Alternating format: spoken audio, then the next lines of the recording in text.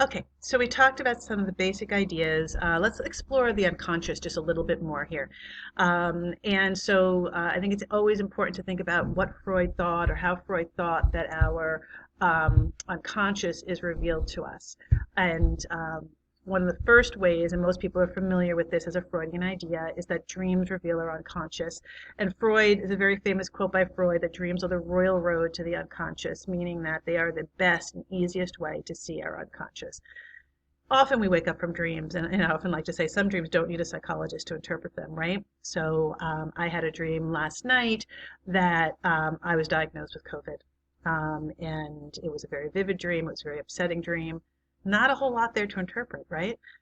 Clearly, my anxiety was driving that. But sometimes perhaps we have dreams where we're surprised by the dream, we're surprised that we were thinking about that thing, we're surprised that we were anxious in our dream about something, or sometimes we have dreams where we're sexually involved with somebody that we would never think to get sexually involved with. And Freud would be really interested in those dreams, the dreams where we are more surprised or perplexed or confused by them, because he thought that that probably was that our unconscious was being revealed to us.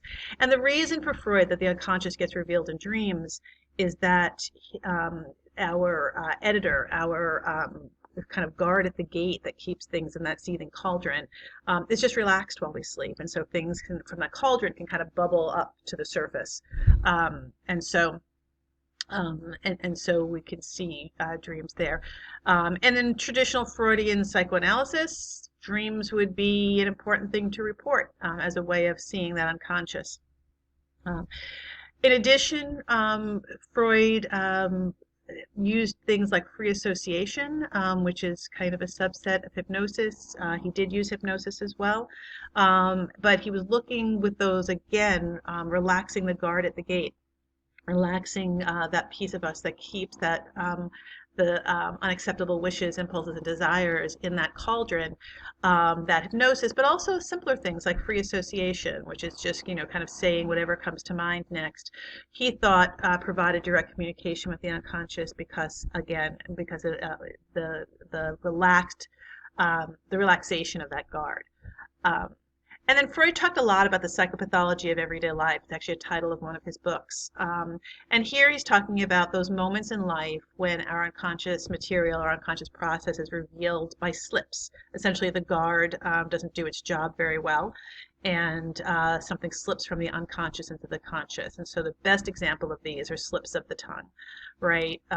Where we say something, and many of us have had the experience of saying something that comes out wrong, but it comes out wrong in a very particular way, and then we feel really embarrassed, right? It's not just that we misspeak and it has no meaning to us, but we say something that we're now afraid people will interpret. And I want you to pay attention to that, kind of embarrassment or fear people will interpret this in a certain way, because when we do that, right, that the embarrassment is kind of for Freud a telltale sign that we actually understand that we've revealed something.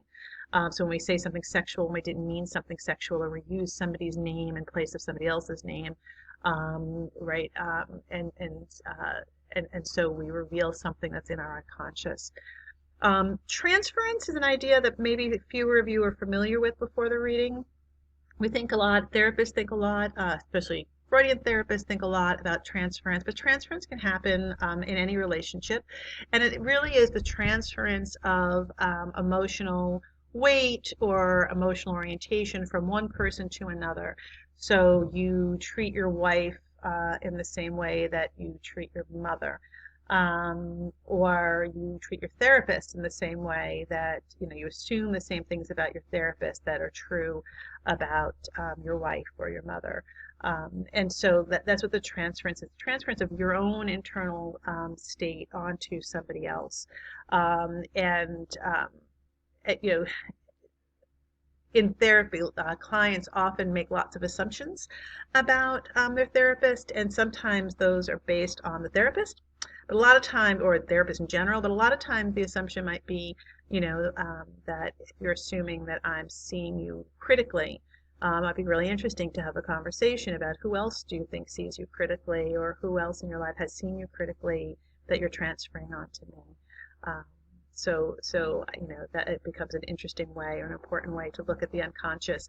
And then the last thing is use of defense mechanisms. So we mentioned defense mechanisms in the last slide, I think, but that the defense mechanisms you choose, the things you feel you need to defend against, often are relevant to unconscious material. So if somebody can't ever directly talk about their sexual attraction to anyone, and denies that they feel anything, right? So just denial or repression, as very primitive defense mechanisms, often reveal something about the unconscious.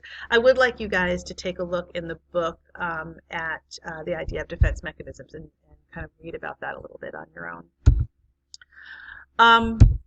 Okay, so let's talk together about how personality develops in kind of a general way, and in the next class we'll talk more about the specific psychosexual stages.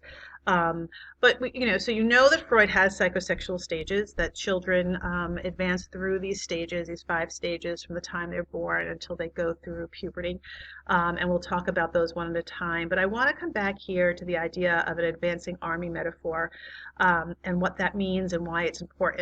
And to understand the advancing army metaphor, you need to first understand that Freud, because of his physics information, really thought about human beings as closed energy systems. And so in physics, a closed energy system is a system where it has all of the energy it's always going to have. It can't get new energy in, it can't let any energy out, that it can use its energy for different things, but it's a closed energy system. It's kind of like a biodome, right, or an ecosystem where nothing gets in or gets out.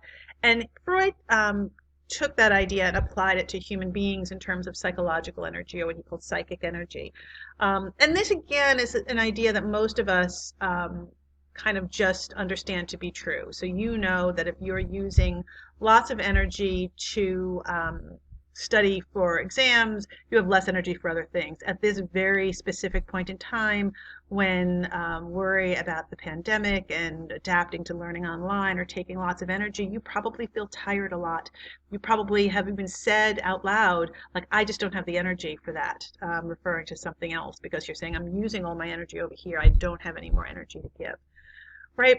So the idea that you have all the energy, the psychological energy you're ever going to have, and now how you spend that energy becomes really important to the question of how much energy you have left for healthy development. And so the advancing army metaphor takes that energy idea and then comes up with the metaphor of an army. And you remember that we're always talking about the individual coming up against the social world, right? And so the army metaphor, one of conflict, is a really apt metaphor, because the individual's coming up against the social world, they have battles to engage in, they have conflict to engage in, and how well or how successfully, how healthily they engage in those conflicts and resolve those conflicts is going to depend on what energy they have. And in part, that is going to be determined by what happened before that moment. So the army metaphor is this: you have an advancing army, it has all of the soldiers it's ever going to have, right? A closed energy system, it's not going to get more soldiers, it's all the soldiers it's ever going to have, and it goes into a first battle. And it loses that battle. And in army terms, what it means to lose a battle usually is that you lose more soldiers. And so the army loses soldiers, it loses the battle, it loses soldiers, and now as it faces its next battle, it has fewer resources, it has fewer soldiers. And with fewer soldiers, its chances of winning the next battle against the same army that it just lost to is less. It is at a greater disadvantage. And so it goes to that second battle, and let's imagine it loses again. Now the third battle, it's even more disadvantaged. And that is the metaphor that Freud uses to understand how we go through these psychosexual stages. That as we approach the first stage, we have all of our energy, but if things don't go well in that stage, we have to leave some energy behind to continue managing those issues that should have been resolved. And now we're going into the second stage, having left some energy behind, we have fewer resources to engage in the next conflict, the next set of conflicts that we have to.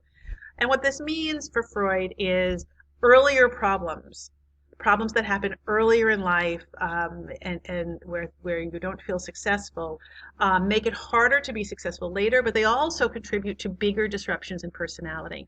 Because we want is to hang on to as much of our energy, our resources as possible, as we go through our psychosexual stages, so that we can continue to engage in a healthy development of personality. And if things go badly, for example, in the first year of life, we simply have less opportunity to engage in healthy personality development in the future stages. So we'll talk about this in some specific ways as we look at the specific stages, but this overview, I think, is an important one to understand. So we'll pick up with the rest of the chapter in class 2. Okay?